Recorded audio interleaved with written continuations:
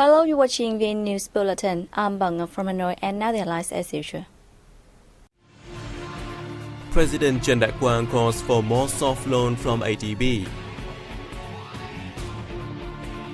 Vietnam's garment exports hit $8.6 billion in 5 months. Documentary of Agent Orange victims screened by the UN.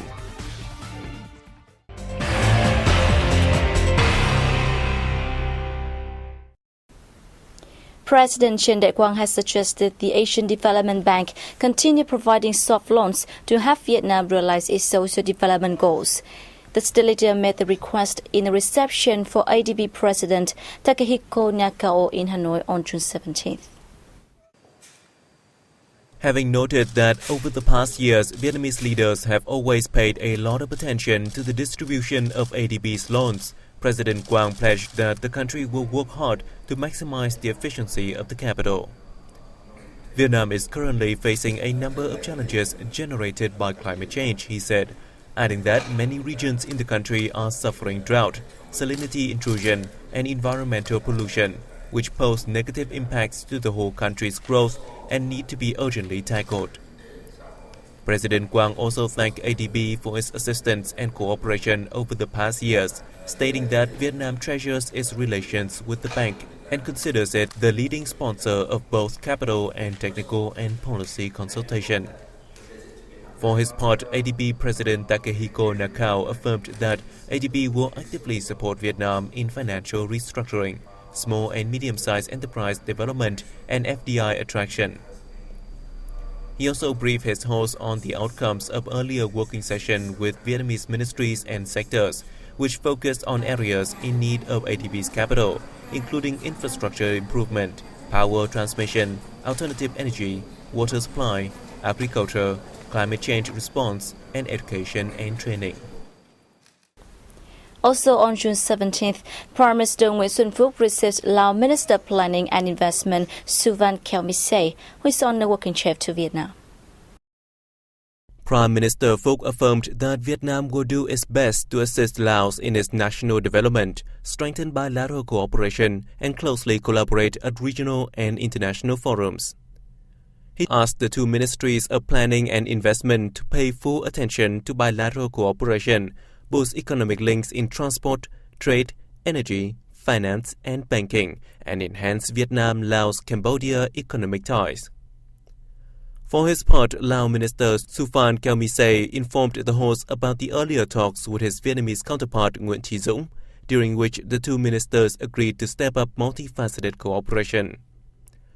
The Lao minister expressed his hope that Prime Minister Phuc will continue to support the development of relations between the two countries in general and between the two ministries in particular. The same day, Chairwoman of the National Assembly Nguyen hosted separate receptions for Ambassador, head of the European Union delegation to Vietnam, Bruno Angelit, British Ambassador Guy Slaver, and German Ambassador Christian Berger. At a reception for Ambassador, head of the EU delegation to Vietnam, Bruno Angelit, the top legislator called on the EU to soon complete the last procedures for the Vietnam-EU Partnership and Cooperation Agreement to take effect, work together with the Southeast Asian nation in reviewing legal issues and speeding up the ratification of the Vietnam-EU Free Trade Agreement, and recognize Vietnam's market economy status. The chairwoman noted her wish that the EU will raise its voice and take constructive actions to contribute to maintaining peace and security in Asia-Pacific, including the East Sea. For his part, Ambassador Angelit promised to share the EU's development experience with Vietnam during his tenure in the country. Regarding the trade agreement, the ambassador said he will make proposals for early ratification of the deal. Receiving Ambassador of the UK Guy Slaver, Chairwoman Nguyen spoke highly of the collaboration between the two countries across all fields.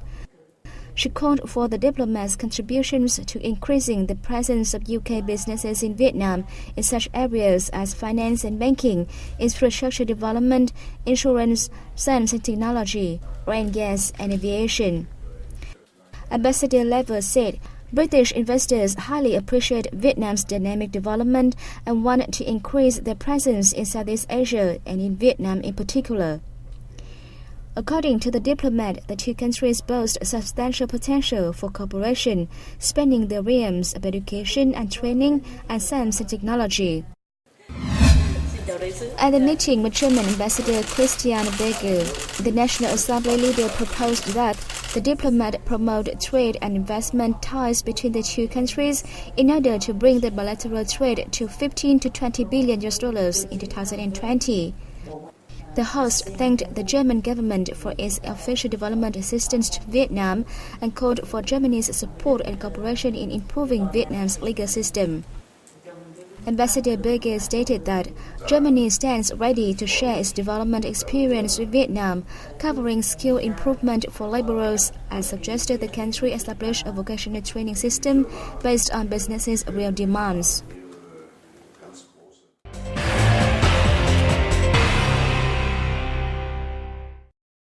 On the occasion of the 91st Vietnam Revolutionary Press Day, which falls on June 21st, Politburo member, President of the Vietnam Fatherland Front Central Committee Nguyen visited the Vietnam News Agency. While congratulating the Vietnam News Agency, the front leader expressed his hope that the agency will create breakthroughs to have the local media and press system keep pace with its regional and global counterparts. He said the press agency has outstandingly contributed to disseminating the party and state's guidelines and policies to the people, while conveying the public's desires to the party and state. Nguyen used the occasion to thank news outlets nationwide for their support to the VFF and the front work in general through their provision of timely and accurate information, helping boost emulation movements, steer public opinions, and strengthen the great national unity bloc. Afterwards, the front leader called at the Vietnam News Agency Television Center, one of the agency's major information units. He expects that the center will uphold the achievements and make greater efforts to improve the quality of news bulletins in order to meet the demand of viewers.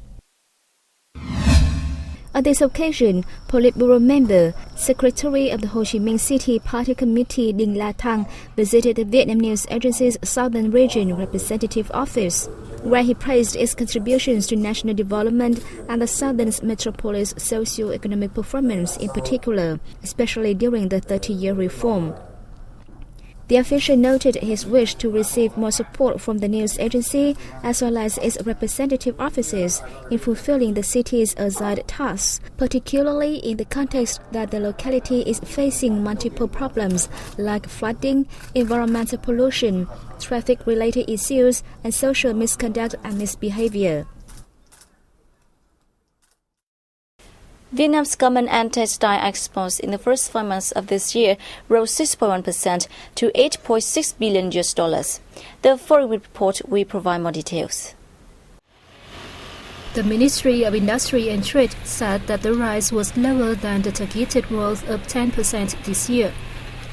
In May alone, the industry earned $1.75 billion, up only 3.8%. The U.S. was the largest export market, with $3.4 billion, up 6%. It was followed by the EU, Japan, and the Republic of Korea.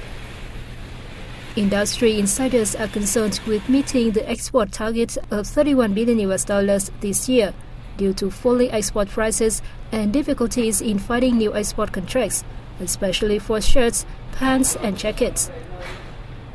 This year's business results for local textile and garment exporters, especially among small and medium-sized firms, were not as good as expected due to rising import costs and falling demand. According to the Vietnam Textile and Apparel Association, some traditional customers of Vietnam's garment exporters were moving their orders to Laos and Myanmar, which have preferential tax rates for exports to the US and EU. Domestic textile and garment exporters will therefore have to compete fiercely against producers from Laos, Myanmar, Cambodia, and Bangladesh. Vietnam's leather and footwear export turnover reached nearly $5 billion in the first 5 months of 2016, up 6% against the same period last year. In May only, exports of leather and footwear products were valued at $1.15 billion, a year-on-year decrease of 0.6%. The production of leather footwear products in May saw a 6.2% decline to 19.3 million pairs. In the January to May period, the sector produced 93.8 million pairs, down 2.9% compared to the same period last year. This year, the sector set a target of $17 billion in export value, of which $13 to $13.5 billion are from footwear exports. Last year, Vietnam gained a high growth rate in export value from the leather and footwear industry at $15 billion, an increase of 16% year-on-year. Of the value, $12 billion were from footwear.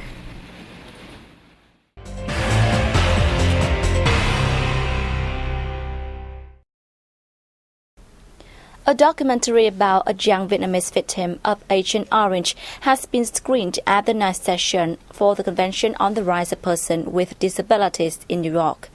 Lê Minh Châu, the documentary protagonist, were present at the screening.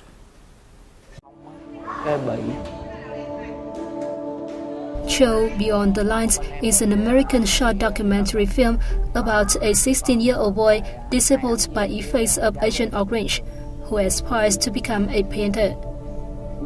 The 34-minute film, directed by Courtney Marsh, received a nomination for the 80th Academy Awards in Documentary Short Subject category, among 4 others. It was also awarded the Grand Jury Award at the 2015 Austin Film Festival and the National Jury Award at the 2015 USA Film Festival in the Documentary Short Film category.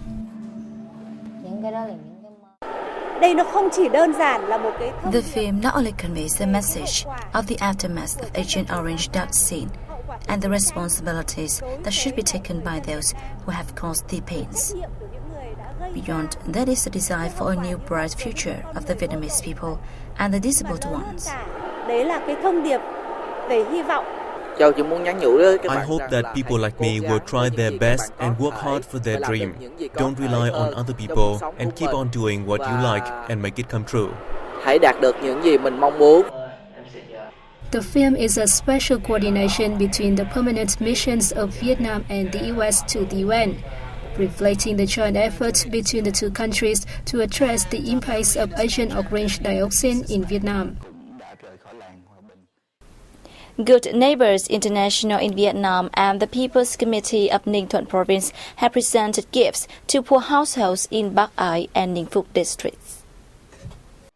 Accordingly, more than 500 gift packages of necessities for daily life were given to poor households in Phuoc Chum Commune in Bắc Ái district, while households in need in An Hai Commune in Ninh Phúc district received water tanks of 500 liters, and primary schools and health centers got 10 tanks of 1,000 liters. The Provincial Department of Agriculture and Rural Development reported, since the beginning of this year, many consecutive sunny months have left many localities in the province short of water for production and daily use. Ninh Thuận now has over 1,600 households with 6,045 people in need of water for daily use, 31,433 households with 129,159 people in need of food aid, more than 9,600 hectares of land unfit to cultivate, and 3,200 animals have died of dehydration. Earlier, the Provincial People's Committee decided to announce a state of drought disasters at 34 communes in Ninh Hải, Ninh Phước, Ninh Sơn, Thuận Bắc, Bắc Ái, and Thuận Nam. And that has wrapped up our news bulletin. Thanks for joining us, and goodbye for now.